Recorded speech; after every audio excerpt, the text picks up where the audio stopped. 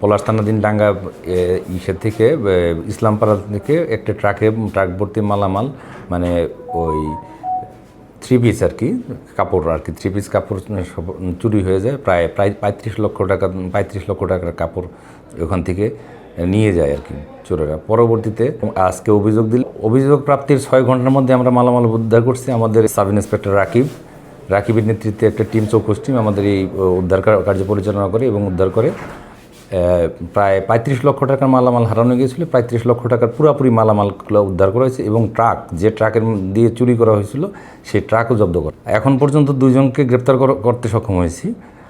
আরও 2-1 এটার সাথে জড়িত থাকতে পারে। আমরা সেইভাবে তদন্ত চলতেছে, তদন্ত সাপেক্ষে বলা যাবে আর কতজন আসামি। বিজ্ঞ আদালতের মাধ্যমে আসলে তাদেরকে ফেরত দিতে হবে। বিজ্ঞ আদালতে তারা আবেদনের প্রেক্ষিতে পরবর্তী প্রকৃত মালিকের জিম্মায় প্রদান করা হবে।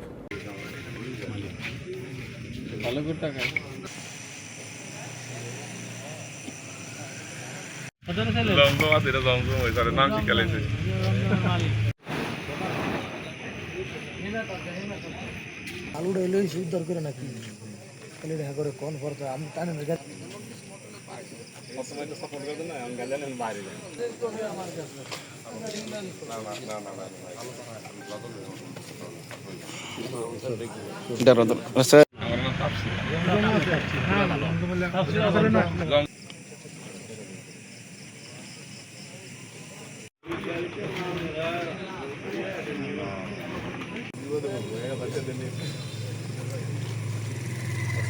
আব্দুল ভাই